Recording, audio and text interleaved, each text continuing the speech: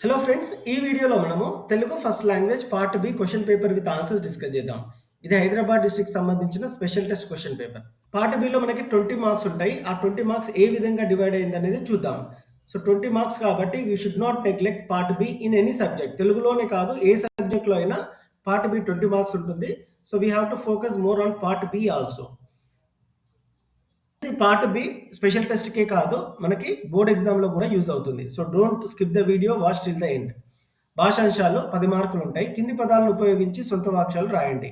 2 సొంత వాక్యాలు ఇస్తాడు, 2 మార్కులు. చెరగని ముద్ర. చిన్నప్పుడు నేను విన్న నీతి కథలు నాపై చెరగని ముద్ర వేశాయి. శక్తియుక్తులు. స్వాతంత్ర సమర యోధులు తమ శక్తియుక్తులను ప్రదర్శించి మనకు ఈ స్వేచ్ఛని ఇచ్చారు. మీరు ఏదైనా రాయొచ్చు స్టూడెంట్స్.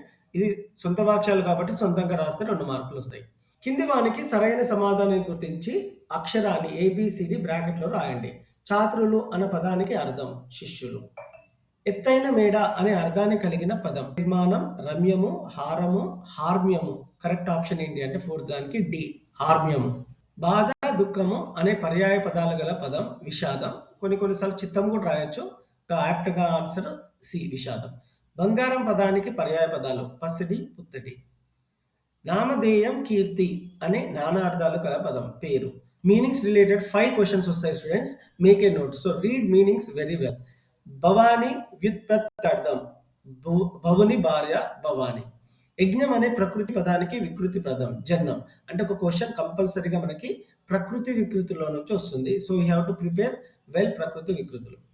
రామ లక్ష్మణులు సీతాన్వేషణకు పయనం అయ్యారు. సో గీత గీసిన వికృతి పదానికి ప్రకృతి పదం, పయనంకి ప్రయాణం అనేది ప్రకృతి పదం. ఇప్పుడు వ్యాకరణాంశాలు 10 మార్కులు ఉంటాయి. కింది వానికి సరైన సమాధానం గుర్తించి ఏబిసిడిలని బ్రాకెట్లో రాయండి. గురు పాదానితి పదాన్ని విడదీసి రాస్తే గురుప ప్లస్ ఆదానితి అనేది కరెక్ట్ ఆప్షన్. 12వ క్వశ్చన్. త్రికములు అనగా బి ఆప్షన్. ఆ, ఈ, ఏలు త్రికములు అంటారు. ఆట పాటలు అనేది ఏ సమాసము. ఆట మరియు పాట, దాన్ని ద్వంద్వ సమాసం అంటాం. 4 ముఖము కలవాడు అనే విగ్రహ వాక్యానికి సమాన పదం చతుర్ముఖుడు. చతుర్ముఖుడు అంటే బ్రహ్మ. ప్రతి పాదంలో 6 ఇంద్రగణాలు, 2 సూర్యగణాలు వరుసగా వచ్చే పద్యం సీసము. దీనికి కరెక్ట్ ఆప్షన్ ఏ.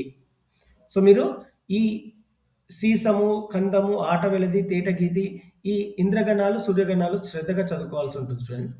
అలాగే సందులు, సమాసాలు. 16th question. వాయుసుతుండు లంక నలువంకల దగ్ధమనర్చే శంభుడన్. ఇది ఏ పద్యం? ఇది ఉత్పలమాల పద్యపాదం. ఏదైనా ఒక వస్తువు కానీ విషయాన్ని కానీ ఉన్నదానికంటే ఎక్కువ చేసి చెబితే అది అతిశయోక్తి అలంకారం. సో అలంకారాలు కూడా చాలా ఇంపార్టెంట్. మీరు ఉపమాలంకారం, రూపమాలంకారం, శ్రేషాంకారం, అతిశయోక్తి అలంకారాలు శ్రద్ధగా చదువుకోవాల్సి ఉంటుంది. స్వభావోక్తి అలంకార లక్షణం విభిన్న అర్థాలు కలిగి ఉండటం.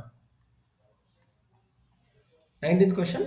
హైదరాబాద్ రాజ్యం ఇండియన్ యూనియన్లో విలీనమైంది అని సర్దార్ వల్లభాయ్ పటేల్ ప్రకటించారు. ఇది ప్రత్యక్ష కథనం.